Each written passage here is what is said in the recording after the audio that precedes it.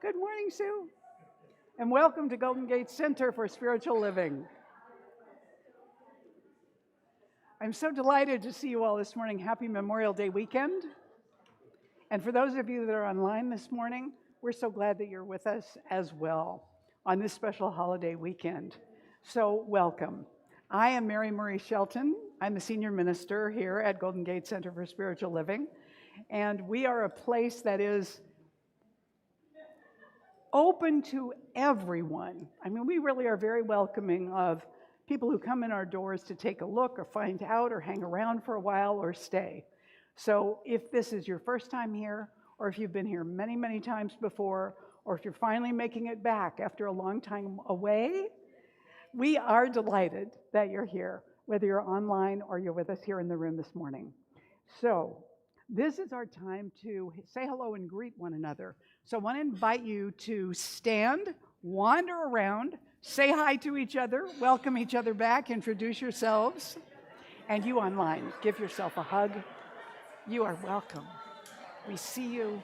We love you. I'm glad you're here. And we'll be right back with you in just a moment.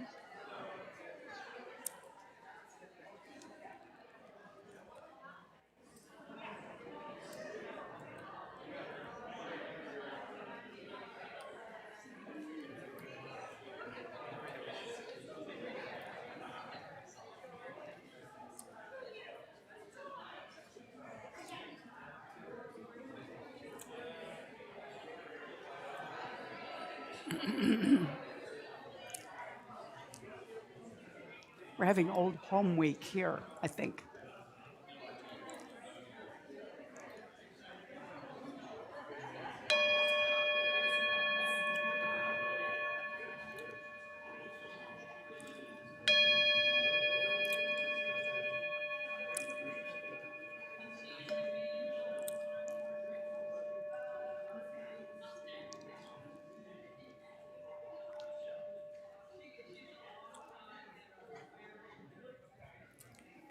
All right.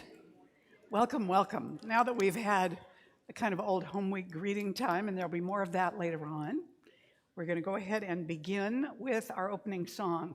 Now, this song that Nathan Aswell is going to sing, he's going to kind of sing through the intro of it, which is really the song except way slowed down, and it gives you an idea of where it's going to go. But then as soon as he actually starts it, it's much quicker. So you'll get the tune and everything, but you'll have to get the tempo from him the next time around when we join him, okay? So Nathan is a recording artist and a speaker based in Vancouver, BC, and that's where I know him from.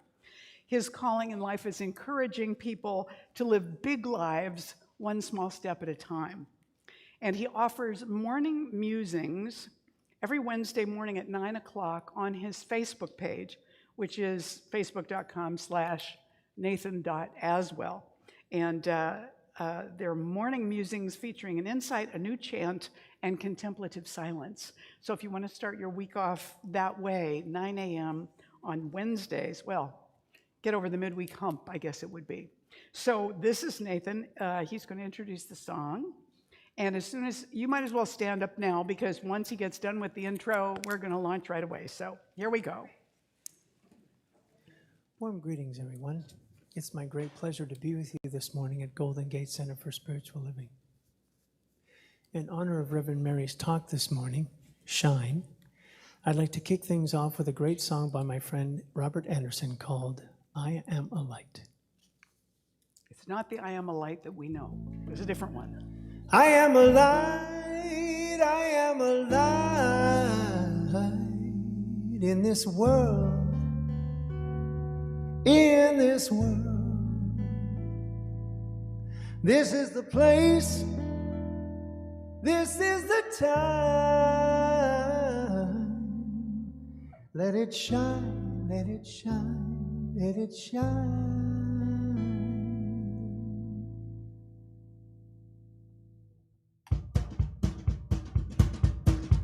I am a light, I am a light in this world.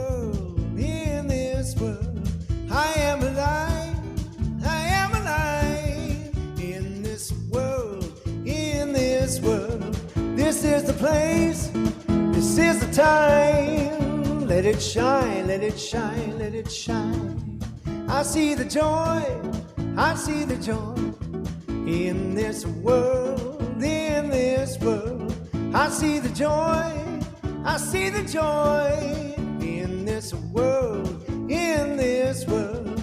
This is the place, this is the time. Let it shine, let it shine, let it shine. I live in love every day. I live in love every day. I live in love every day. I'm spending peace along the way.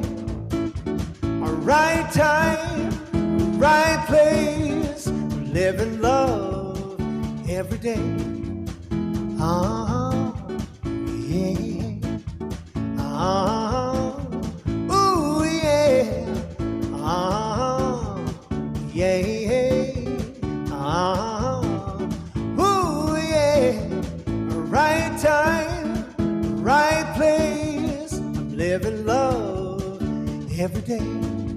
I am alive, I am alive in this world, in this world. I am alive, I am alive in this world, in this world.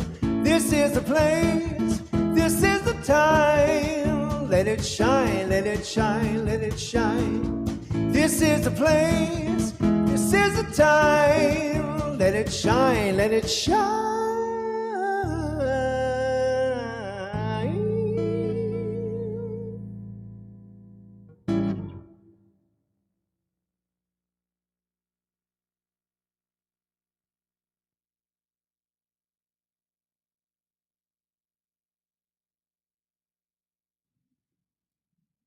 Am I on? Okay. So now I want to invite you to just begin to turn within. So silence your cell phone so it won't go off. I know, if you haven't done it already, and, every time they remind me at the movies, I realize I haven't done it yet. So silence your cell phone, and that way we can begin to center ourselves together.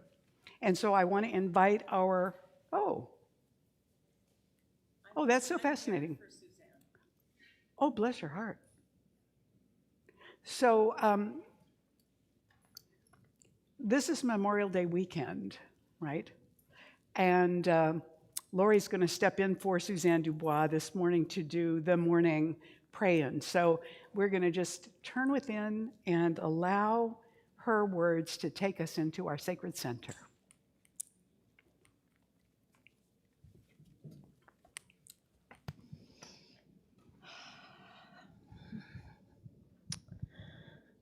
And so, turning within, I turn my attention to that place within me that knows the divinity of my very being. It is that place of stillness and of peace. And it is the place where no harm or hurt has ever come. And in this place, I recognize the one presence and power and the infinite life with no beginning, no end. That infinite life that continues to unfold and pour itself forth through each and every one of us and through all of creation. And knowing that we are a part of this creation, made from it, and that we are its very essence, I recognize that we have within us all of its power, all of its beauty, joy, connection, and love. Every need is met, every thing provided for in the perfect time and way as we align in consciousness.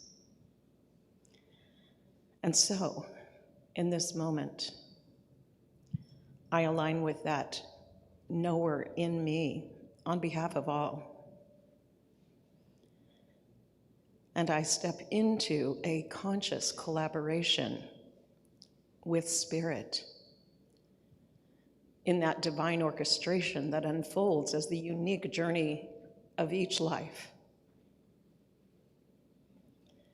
And in this place of aligning with that truth, with that one source, that one power, that one life, that one light, that love, that prosperity, that overflowing abundance, aligning with all that is,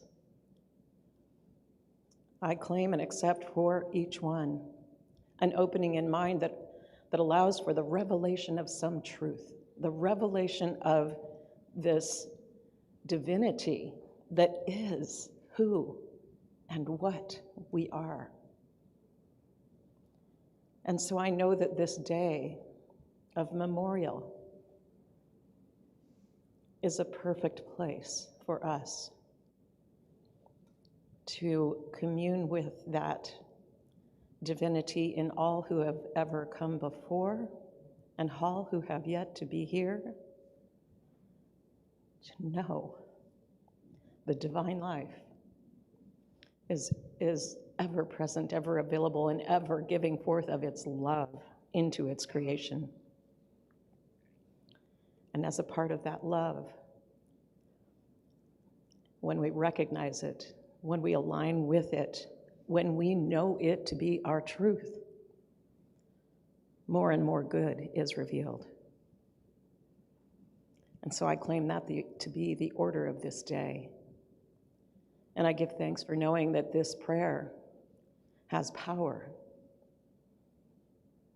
and that as we speak this word into the law, that it is already a complete and manifest fact in the mind of God. And so I release my word now into that law. I let it go, and I step aside and allow for it to be revealed in the perfect time and way for each and every one. And so it is.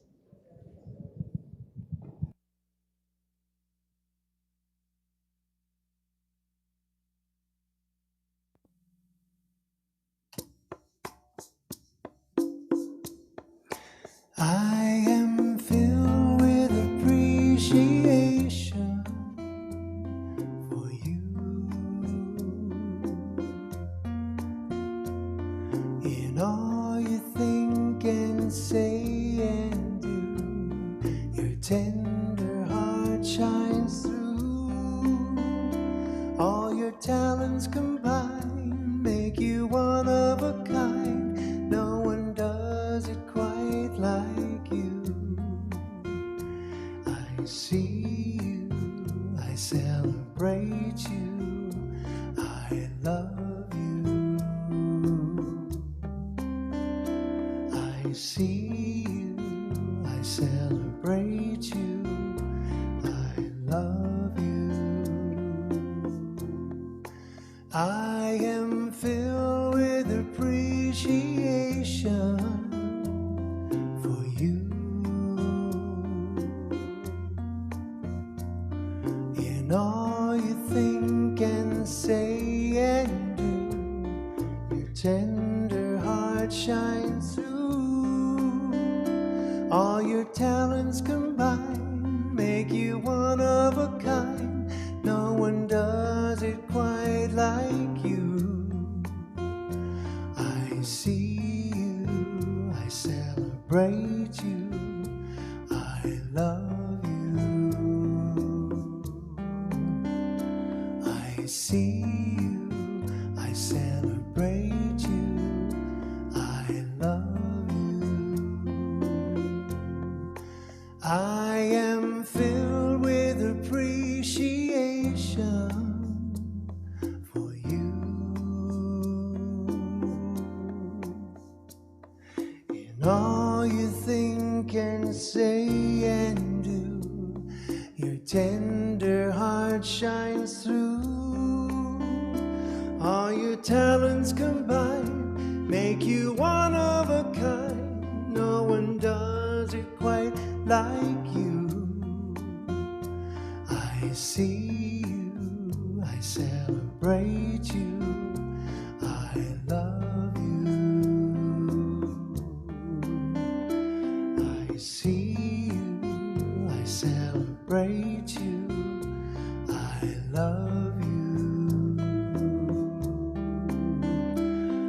see you, I celebrate you, I love you.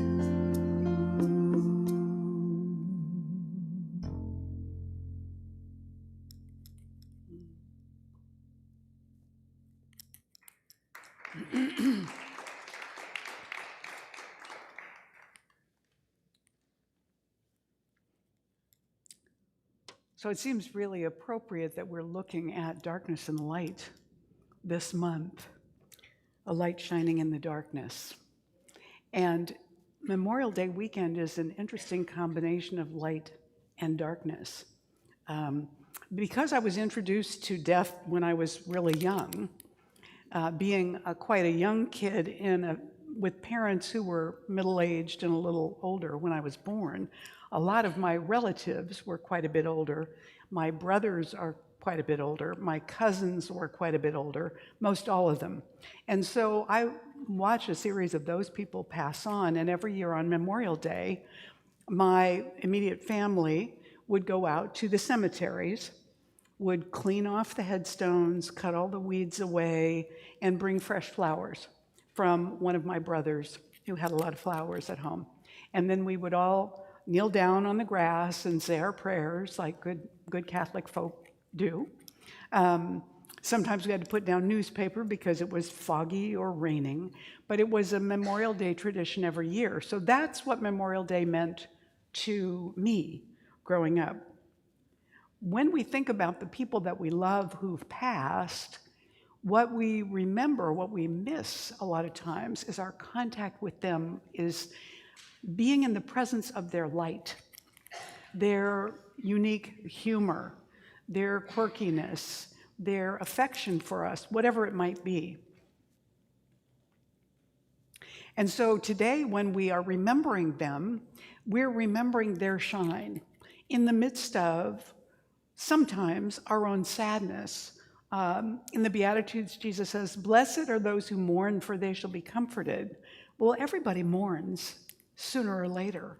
Whether we mourn a parent, a sibling, a child, a pet, a grandparent, we experience what it is to let go, whether we want to or not. So I'm assuming that no one here in this room is immune from that experience, and very likely nobody there watching us online this morning. So we're going to be taking some time with that and looking at not only that process of journeying on, laying down the old vehicle, journeying on into the unknown, and how much we remember and love them and appreciate seeing them, but also looking ahead to our own process. How do we want to leave this life ourselves? You know, what do we want to leave behind, and what do we want the process to be like? I have, as a minister, been with a lot of people who were in the process of letting go, and some of them went very peacefully. Some fought all the way because they didn't want to go. Some were in complete denial of what was happening, and some passed very suddenly. Something happened, and they were gone. And I don't know if it's easier if you have advance notice, because if you have advance notice, the grieving just begins a lot earlier while the person is still with us. But the shock of losing somebody all of a sudden leaves us kind of numb for a while, and then when it hits hard. The process of grief is like waves. It washes over us and becomes irresistible, the pull of it, the tide of it, the undercurrent of it. Sometimes we feel like we get pulled under. Other times we think, okay, I'm okay, I'm okay. And we are, until the next wave comes, and it's unpredictable. So we never know exactly how long our process will be or what it will be like, and everyone is different. Those of you who have seen both your parents pass on, very likely they were not the same. Those passings were not the same, and your response may not have been quite the same, because each unique individual, as they go on, they leave a unique trail or thread behind, and our connections with them are just as unique. So, an aside, there's this little group of ministers who meet every week for coffee and to discuss things about ministry. And one time they were meeting, and one of them asked the others, "What would you want people to say about you at your funeral?" Well, a recently retired minister said, "I'd want people to say he was a great and compassionate humanitarian who cared about those in need."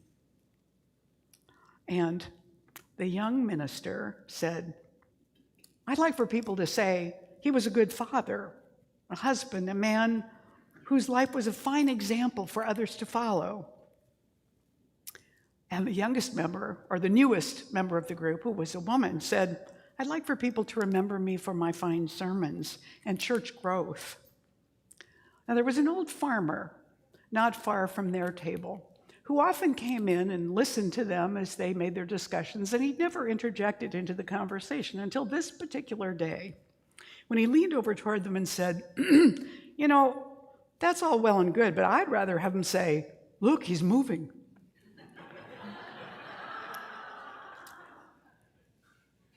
So we approach that transition that nobody gets out of.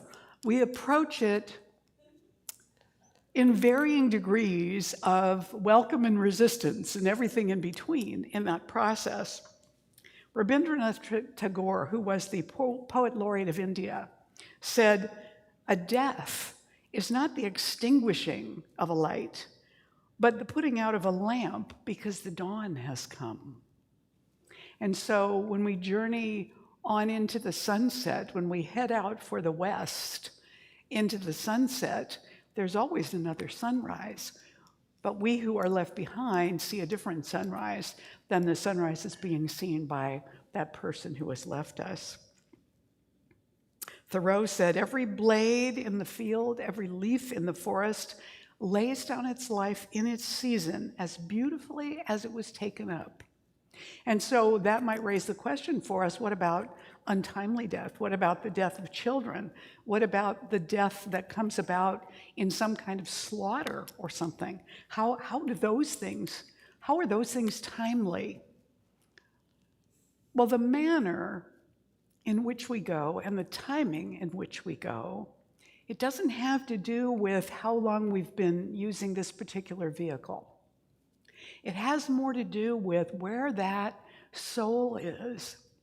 And we as individuals don't know exactly where we are personally, nor do we know where our loved ones are. And so sometimes when they go, we're not ready, we're not prepared, and yet their time to go, to step out has come. And so I think back over the many people that I've known in the churches where I've been the minister and how many faces I can remember of people who have passed on. How many names and experiences and faces. In fact, I'm always amazed. How many of you actually pay any attention to Facebook? I am amazed at the number of friends I have in Facebook, I mean, there's a lot of them, who are no longer with us. Sometimes I even get friend requests from them. I always know that those are bogus. At least I think they are. But it's amazing to me, going through the photographs I was going through in preparation for today, to look at all the people and remember them, remember practitioners that I've known, friends that I've had, board members who were involved in some church where I was. And it's amazing to me that the more I have the privilege to grow older in this vehicle, the more life I've experienced, the more births I've seen, and the more transitions out of the body I've also either been around for or been aware of or somehow involved in, yeah? And so that's true for all of us, yes? I mean, if you've never been touched by death, tell us. Raise your hand, because I don't want to scare you. Too late. So as we remember these folks, the thing about Memorial Day, let me say something about Memorial Day first of all. Memorial Day originally began after the Civil War. And the first record of it, really, which is not the acknowledged beginning, but the first record of it really is that in Charlottesville, South Carolina, there were a group of Union soldiers, quite a number of them, who were prisoners of war from the Confederate soldiers, and they were kept in a racetrack area outdoors. And many of them died from exposure or poor treatment or lack of food or ill health. And so they were buried in a mass grave under the stands during this. But when the Civil War ended, a group of freed slaves went there, disinterred the bodies, and buried them all respectfully, calling them the martyrs of the racetrack. And that was the beginning of Memorial Day. After World War I, then we had the recognition of the poppies, because the poem, this was called The Great War, right? We were not around for it. But the poppies in Flanders Field began to bloom. And all of these Allied soldiers who'd been buried there with the white crosses, the poppies came up in between them. Now, we don't do a lot with poppies now in the United States, but that's not so in Canada. When I was in British Columbia on Memorial Day, which there is called Remembrance Day, people wear paper red poppies as a tribute to anyone who gave their life, not just back in World War I. And so the process of this has carried on in remembering fallen soldiers, those who've served in any war, anywhere. But you see, when I grew up, the way that I was experiencing Memorial Day, it wasn't about war and soldiers. It was about family members that we loved, children who had died as infants, parents, aunts and uncles, and so on. And so, in my mind at least, this becomes a larger day, not to diminish our soldiers, but to expand and include our ancestors, our loved ones who have gone on. And Maya Angelou said, "I've learned that people will forget what you said." That's not good news for me, is it? People will forget what you said. People will forget what you did. But people will never forget how you made them feel. And Anne Amor Tolles said, no matter how much time passes, those we have loved never slip away from us entirely. And Steve Goodyear said, after you're gone, people may forget most of what you've said and done, but they will remember that you loved them. And so this is our memorial tribute time for people from Golden Gate that I have pictures of, and some of their loved ones that I put together for this in memoriam today. And for anybody whose photos I didn't have, or anybody that isn't shown, we hold them all in our hearts in this space. And all of our loved ones, some of whom are represented on this beautiful altar. So we're going to lower the lights now. Jim, would you go ahead and lower the lights a little more?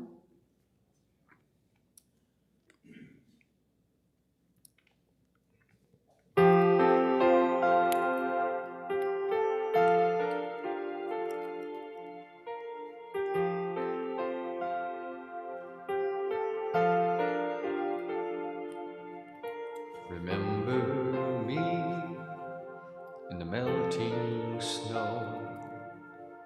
Remember me in the river's flow.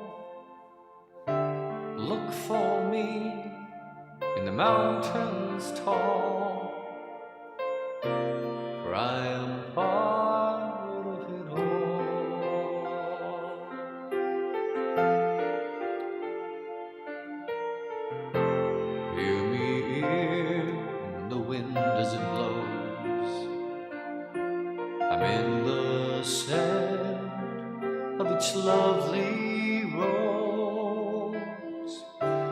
feel my warmth in the shining sun. For I am all and all is one.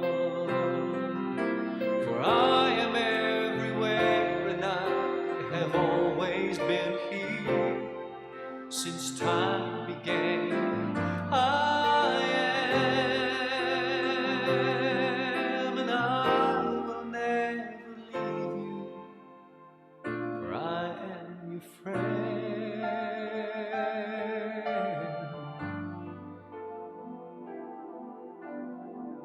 Just look inside your heart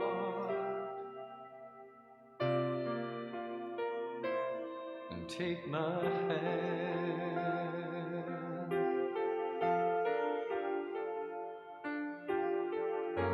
Remember me in the cloud-filled sky.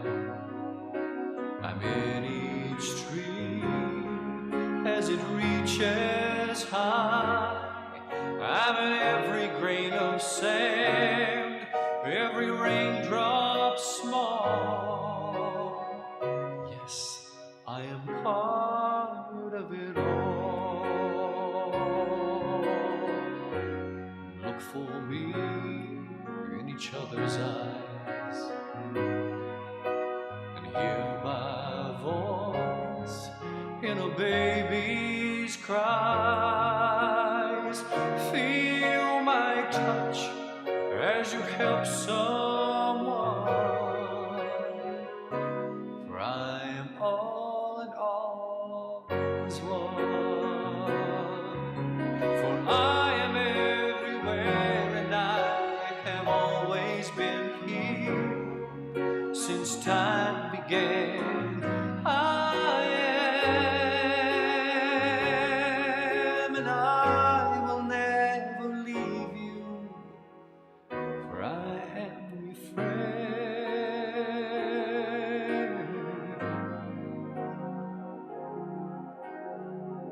Just look inside your heart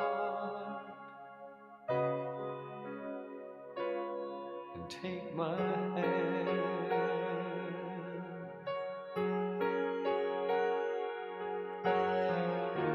Remember me when you can't go on. Think of me when all hope is gone, and when you're all alone and no one seems to care. I will always be there, for I am everywhere and I have always been here since time began. I am, and I will never leave you, for I am your friend.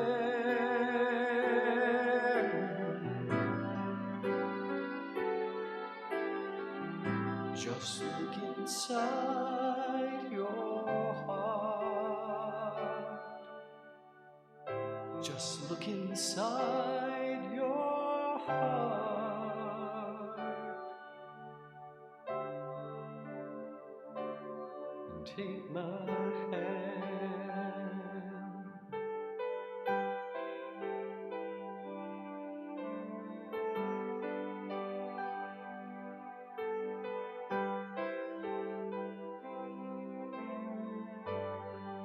Remember me.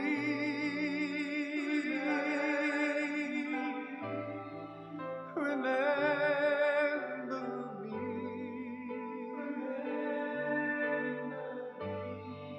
Remember me.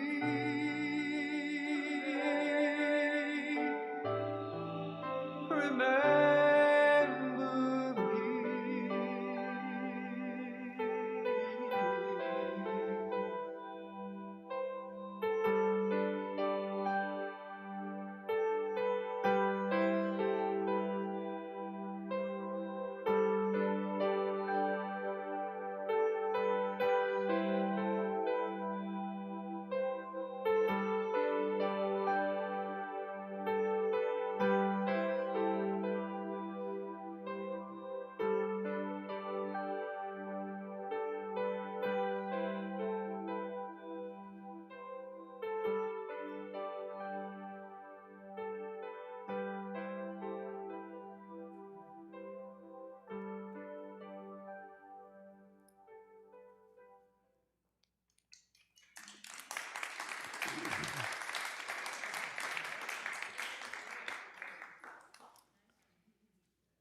So those folks let it shine while they were here. And we remember them because we caught a part of their light. And this we are passing on, not only our own light, but theirs. Because what I often say in memorial services is part of our inheritance is the fact that we're changed by those people. We are not the same as we would have been had they never been in our lives. And sometimes we even know specifically the kinds of things that they did or ways that they were that we want to emulate or wish we were like. And I usually tell people anything like that that you can remember, that's your inheritance. And there'll be a time when it's time for you to pass it on to someone, and you'll know when it's time. And that will be that person's energy joined with yours, going forth to bless somebody else. Saba Tahir wrote in An Ember in the Ashes, most people are nothing but glimmers in the great darkness of time, but you are no swift burning spark. You are a torch against the night if you dare to let yourself burn. And Eleanor Roosevelt supposedly said this, or it may have been Viktor Frankl, because when you look it up, you get, the same quote with different names. What is to give light must endure the burning. So there is a certain amount of consuming of energy that it takes to allow our light to shine, to be present enough and conscious enough to choose to be that person of increase in the world who, when we're there, we're exuding light in such a way that we leave a gift to anybody who walks past us or encounters us or touches the hem of the garment, so to speak. That's one of the things that the woman with women's problems, the bleeding disorder, she went to Jesus when he was with a big crowd of people because she wanted to be healed. And she thought, I don't want anybody to notice me. I don't want to bother him or anything like that. But I know if I could just touch the hem of his garment, I would be healed. And so she manages to get through the crowd up to him. And she does. She just touches his robe. And he turns and says, who touched me?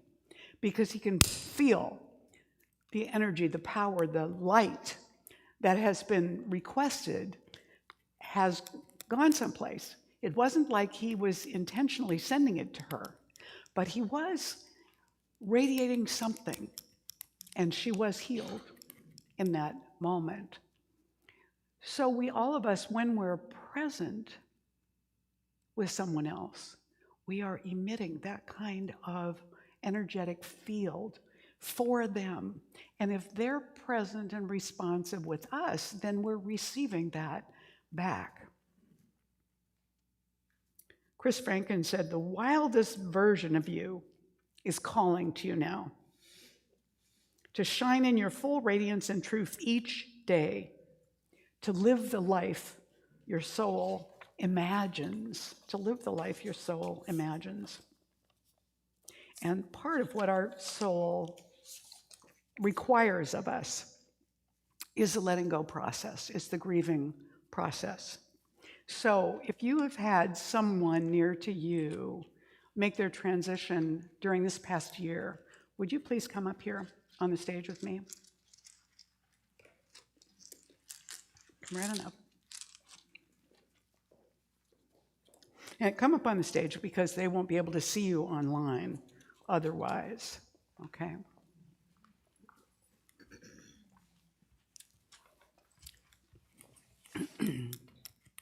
Let's see, I'm going to take this. Now, I'm going to ask each one of you to take one of these heart stones out of the bag.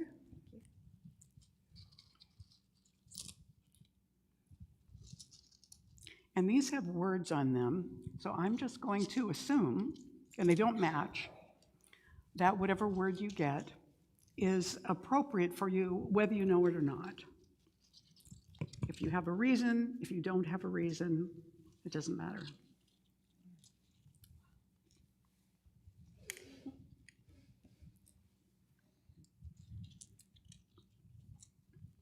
Now,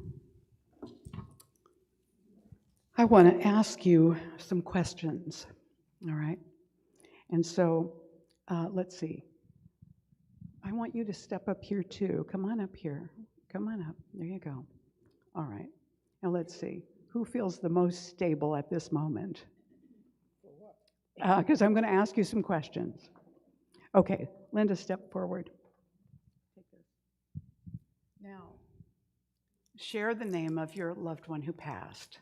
William B. Kaczynski, my father. And how long did he live? He was 91 and a half when he passed in January of this year. And what is one special thing you remember and loved about your dad?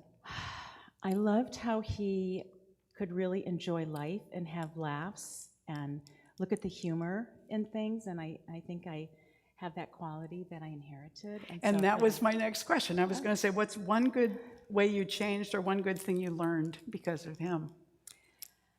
just don't be so serious and laugh and enjoy what's in front of you as much as you can.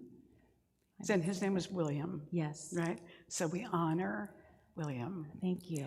And step back and pass the microphone on. And just come, I'll hold your elbow. Come on over here so you don't have to be, I don't want to answer questions. I can't right now. okay. I'll say two names. What's the person? BJ and Jesse. BJ and Jesse. So we honor BJ and Jesse and your deep feeling for them and your experience of grieving and letting go. And you can step back over there. Okay. All right, Judith, share the name of your loved one who passed. Amanda West. How long did you know her? 7 years, 10 years, 10 years, And how old was she when she died? 60. What is one thing you especially loved about Amanda? Her power, her brilliance, her dedication to learning about spiritual paths, and her friendship. And what is one good way that you changed or one good thing you learned because of her?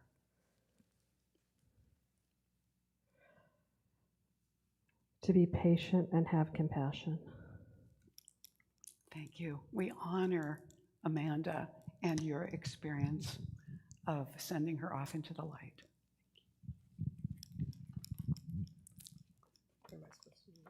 I just answered the questions. And you're going to have to point it that way. Okay. Tell us the name of your loved one who passed. Jennifer Muller, How long did you know her? 40-some years, And how old was she when she died? 78. What is one thing you especially loved about Jennifer? She was the most magnificent dancer I ever saw. And what is one good way that you changed or one good thing that you learned because of her? That we all need support at some time in our lives. We honor your experience of Jennifer, and your releasing her into the light.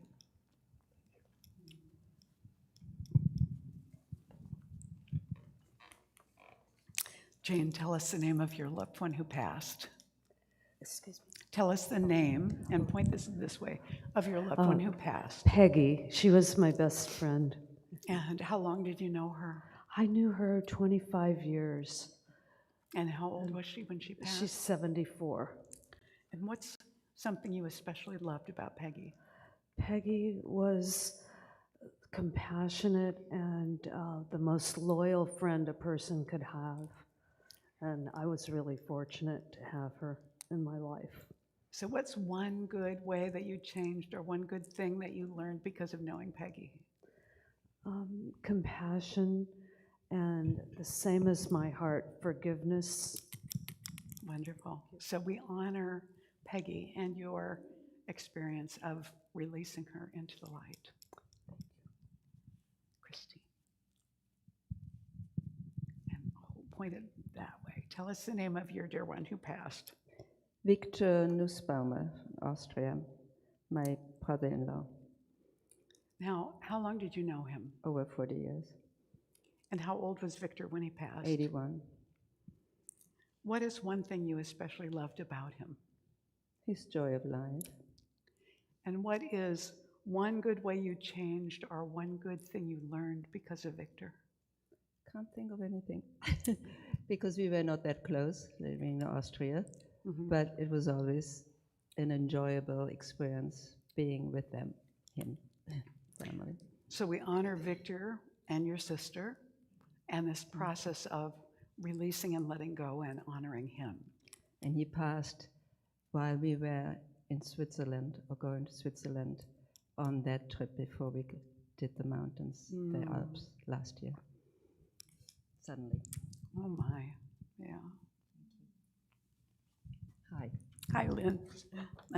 Hold this, Okay. point it that way, Okay. like you're gonna stick the ice cream cone in your mouth, and share the name of your loved one who passed. Myrna. Myrna Merlin? Wow, what a great name. Harbison. How long did you know My Merlin? whole life, And how old was Merlin when he died? 84. What's one thing you especially loved about Merlin? Everything. She was the last of my mother's 11 brothers and sisters, and she was a matriarch, and she took care of everybody else, and always did it with smile, and cooked a lot. So she was your aunt? Yes. Yeah? What's one good way you changed or one good thing you learned because of Merlin? I'm more humble. So we honor your recognition of Merlin and your releasing her into the light. And could I just ask for the blessing on a dear friend in Mexico I've known that died yesterday Oh, from yeah. a snorkeling accident at 72 years of age? And what's that person's name? Deborah. So we honor Deborah and her recent passing as well. This is a perfect day to do this. Yeah, thanks, Lynn.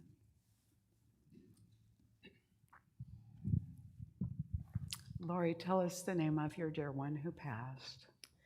Jason Klein, Jason?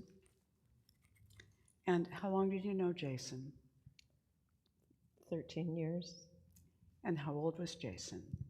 46. What's one thing you especially loved about Jason?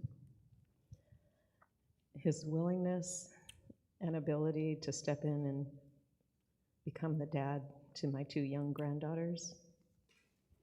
And what's one good way that you changed or one good thing you learned because of him? Take a breath. Everybody take a deep breath.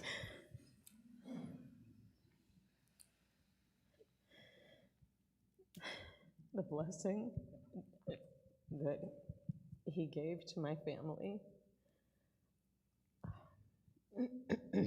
has shown me how much love is available. So we honor Jason, and we see and honor your remembering of him and releasing him into the light. And now, before you all take your hearts back to where you were sitting, yeah, that was everybody, yeah. I want to invite you to repeat this after me to them. And first of all, what I'd like you to do is put your hands up toward them like this. Shine your light toward them. We join you in your love for your dear ones. We witness your grieving and your releasing of them into the next part of their journey of life. We unfold you in love today, and we hold you in our hearts. And so it is. Thank you.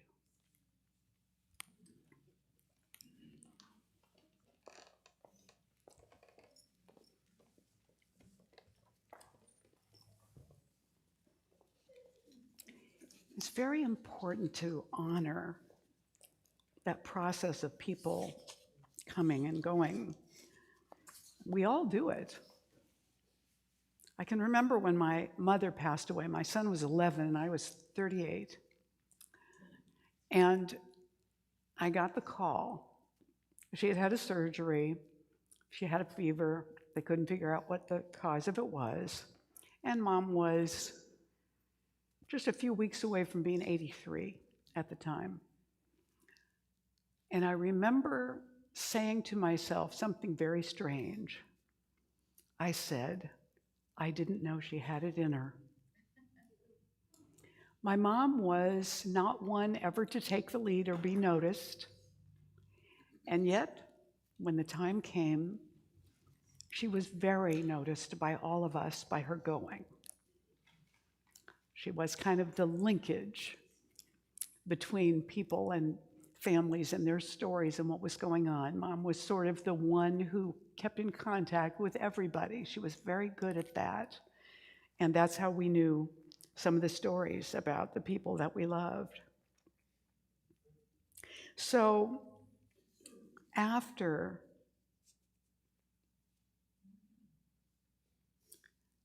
the passing, when life then is different, if it's a parent, suddenly you're an orphan because you've never been on the planet without them. So we open to grief. Now, one of the things about opening to anything like that in our lives, any loss, anything that feels crushing or breaking, is that in those moments, our resistance is reduced.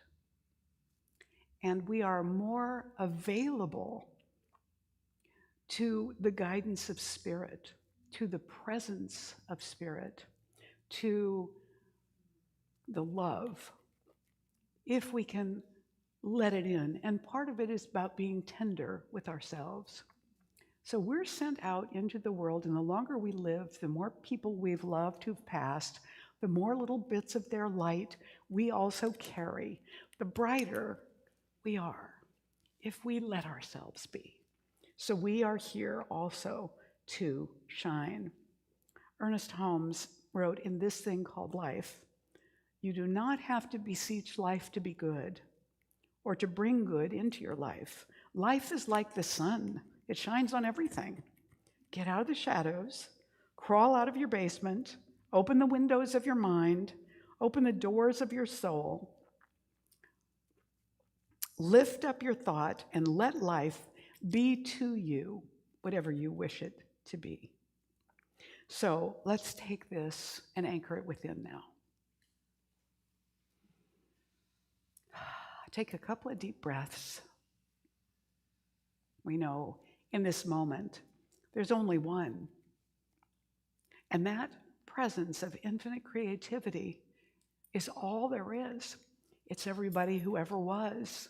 It's us right here. It's everyone to come. There is oneness beyond all time and space and through all time and space as that presence. And we are that. So we can never be disconnected from anyone that we have loved. In truth, we can never be disconnected from anyone, period.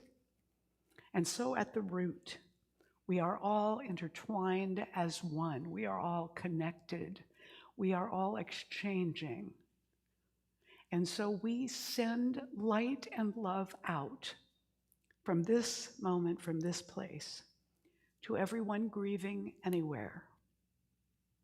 We let in the light of all those who are blessing us today, ancestors who have gone on, those present in our lives who love us, those beyond time and space who know us well but have yet to take birth.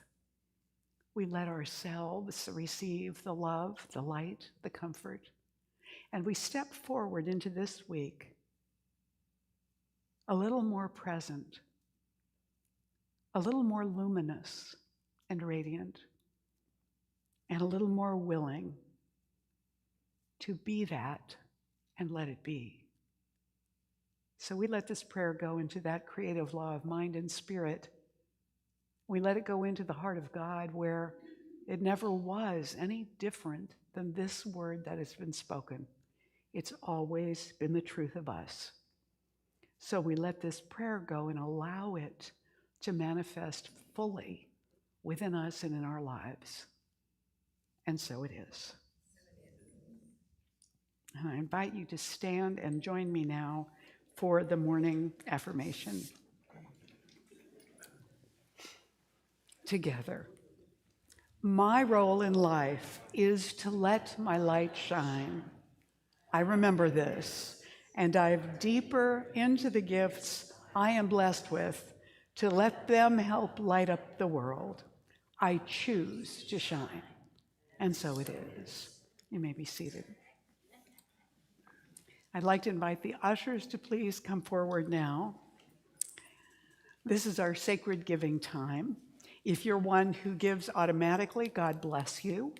If you're giving this morning, all the different ways to do it are on the flip side of your bulletin in the lower left-hand corner. And for those of you online, if you want to text an offering, the phone number to text to is up on the screen. We want to bless all of the gifts that are being given in this room now, online, and all those gifts that have come in throughout this past week, as if they were in the room with us right now, flowing through each one of us. So we say this blessing together. Hold your gift over your heart if you have one to give, or with a loved one. If you're giving it together, you can hold it in your hand together as we say this. This gift I give is God in action. I now send it forth to bless and to prosper. I know that everywhere it goes, it is creating a world living in love, one heart and one thought at a time, and so it is.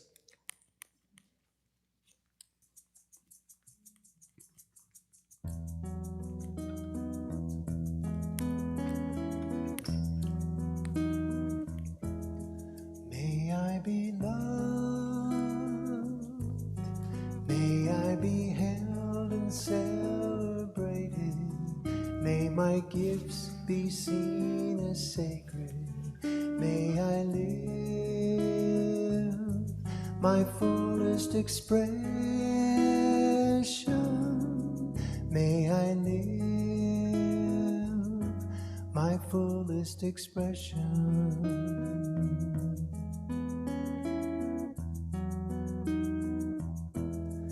May you be loved, may you be held and celebrated, may your gifts be seen as sacred, may you live your fullest expression, may you live your fullest expression.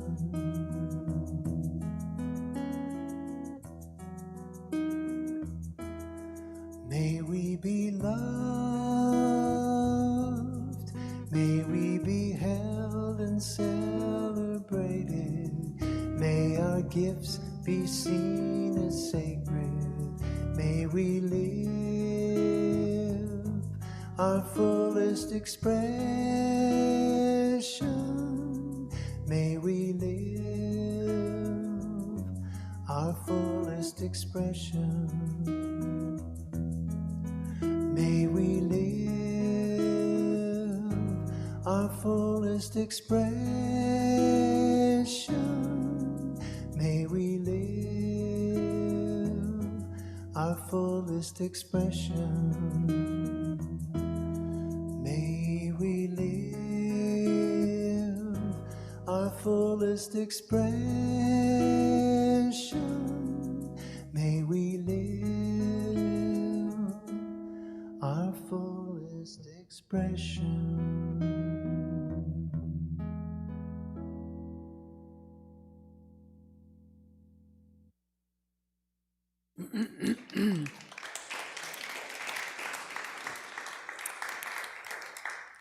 So on behalf of Golden Gate Center for Spiritual Living, we do, all of us in this room, accept these gifts. And we send them out into the world to spread the light everywhere that they go. And so it is.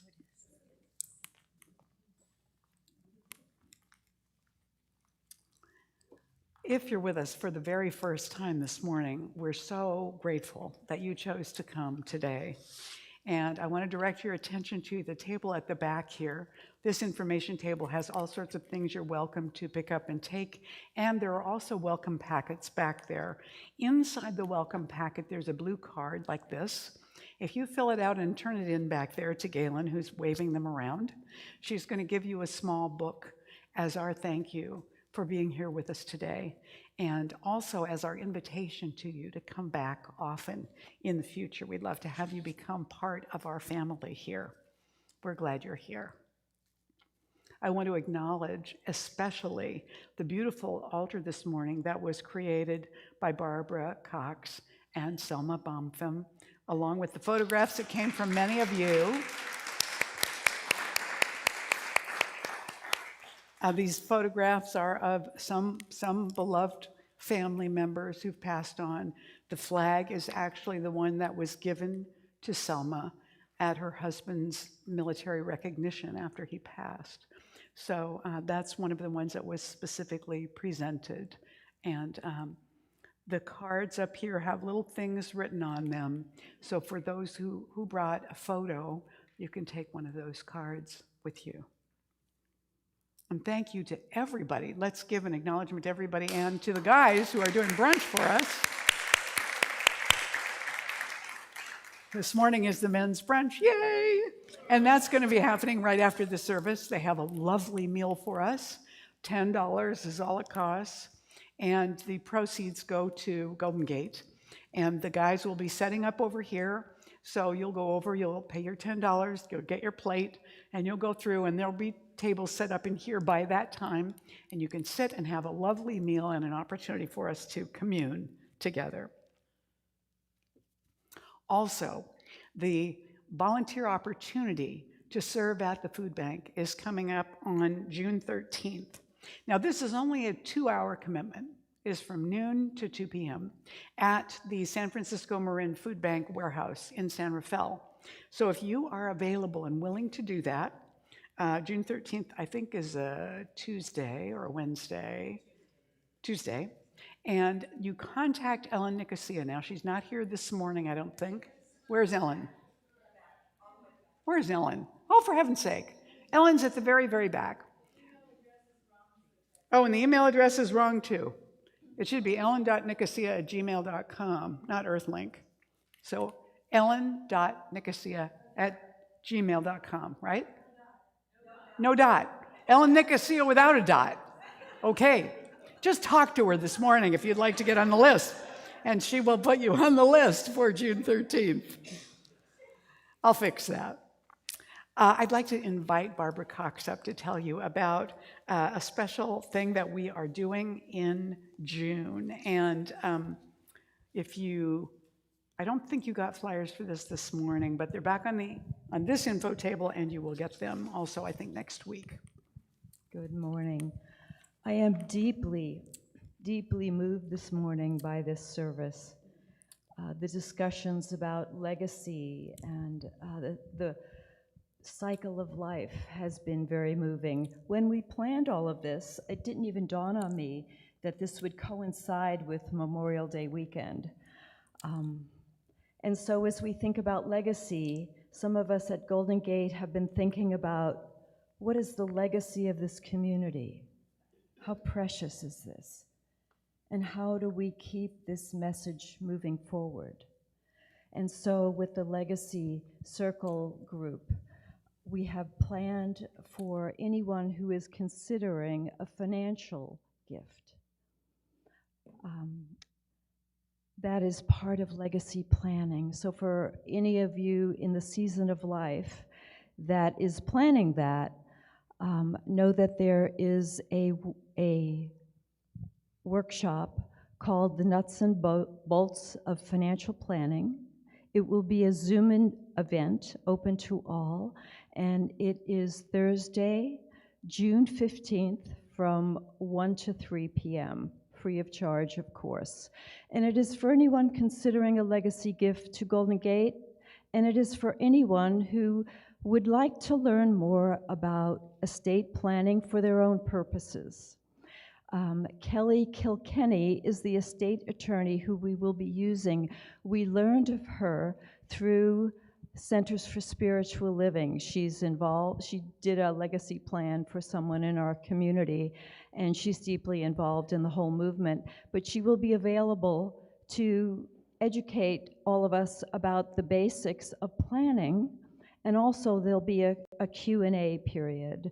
So it's a great event to come and ask your questions. Hope to see you there. Please sign up in the back. We will let her know how many to expect.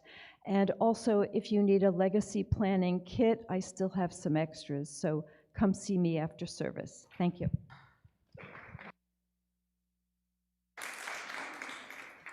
All right. And so we're looking forward to that. It will be on Zoom, and so you'll be able to join it from the link on our website calendar page. If you are interested in how we do Sunday morning, you know I've been making these announcements a lot about volunteering for hospitality.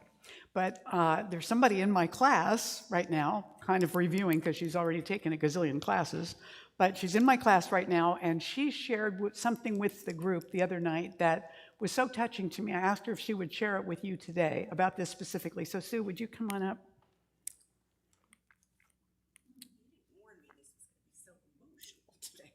And just stand right in the middle here so that they can see you online as well. Okay, good morning. My name is Sue Morris. I started coming to this church 31 years ago. And I was in Southern California and had been involved in the Huntington Beach Church. So I wasn't new to the philosophy, but I got transferred up here, corporate transfer, and I didn't know anybody in the Bay Area. So the first thing I did was find the nearest Church of Religious Science and started taking classes and started volunteering. So I think the first volunteer job I had was that of a greeter. Then I did the usher role. And at that time, we had two services, and we had a portable bookstore. So every Sunday, this was M. Louise's baby. Every Sunday, we would unpack the books and repack the books. And so I started volunteering there. And then eventually, Bob Hoffmeyer, who was the Sunday service coordinator at that time, which is the job that Paula, I think, is doing now, he was ready to let that go, and he asked me if I would be willing to take it on. And so I did, and did that role for a couple of years.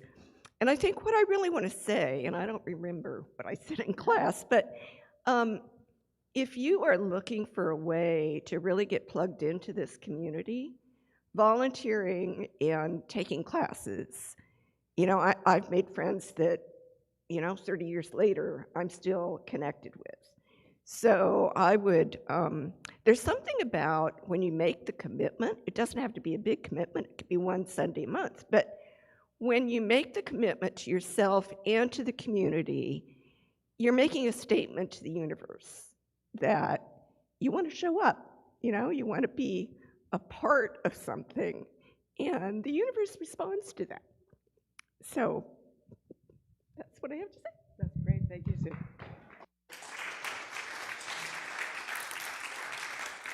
And I think you said something like that it was life-changing, taking on that role from Bob Hoffmeyer.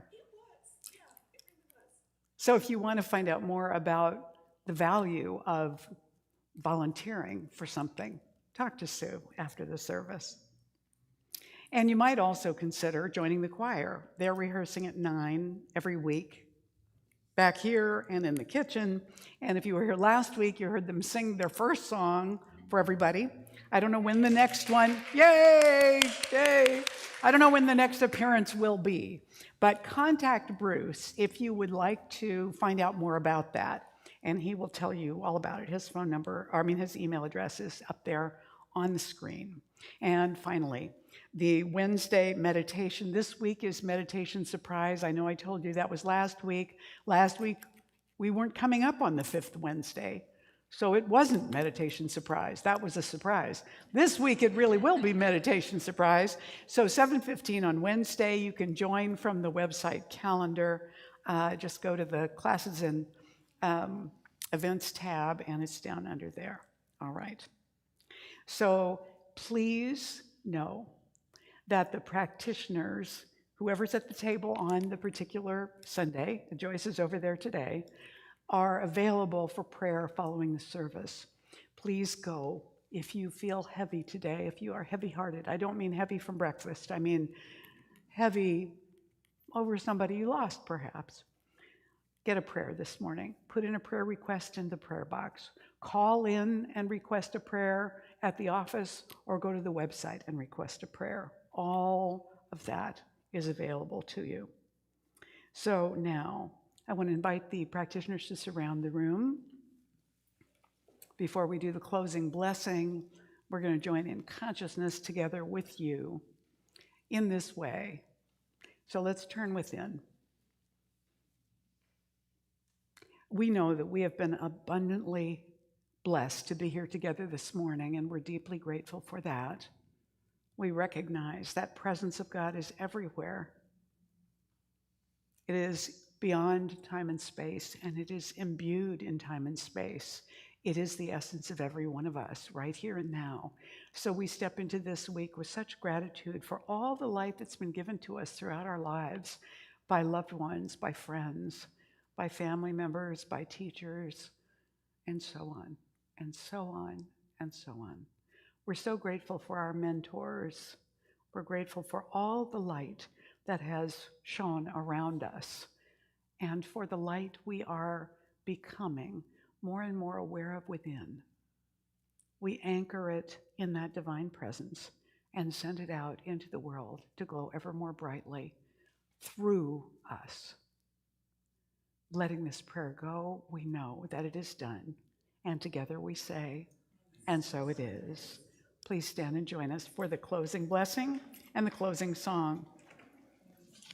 As we say this closing blessing together, I now walk so that whoever walks beside me dwells in the presence of God, and whoever places a hand in mine is lifted, and whoever thinks of me is illumined with God consciousness, for Spirit and all people and I are one eternally. And so it is. And this closing song is kind of fun.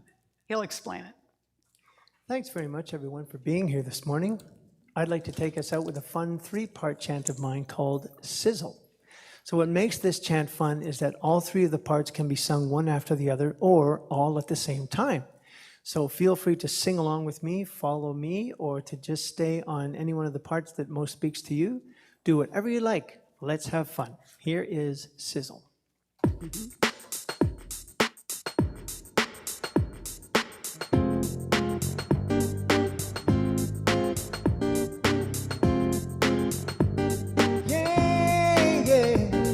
I sizzle, sizzle with enthusiasm. I sizzle, sizzle with enthusiasm. I sizzle, sizzle with enthusiasm. My inner flame burns brightly for all to see. My inner flame burns brightly for all to see.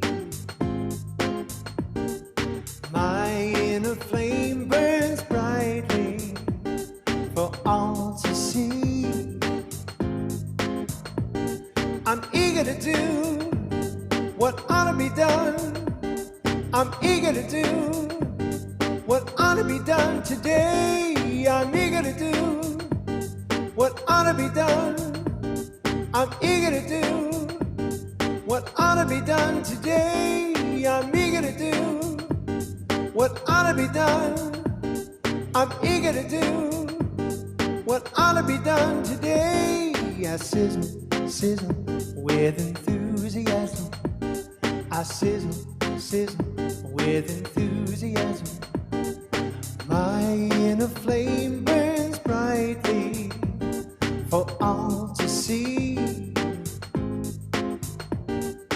My inner flame burns brightly for all to see. I'm eager to do what ought to be done. I'm eager to do what ought to be done today, I'm eager to do. What ought to be done, I'm eager to do. What ought to be done today, I sizzle, sizzle with enthusiasm. I sizzle, sizzle with enthusiasm. I sizzle, sizzle with enthusiasm. I sizzle, sizzle with enthusiasm.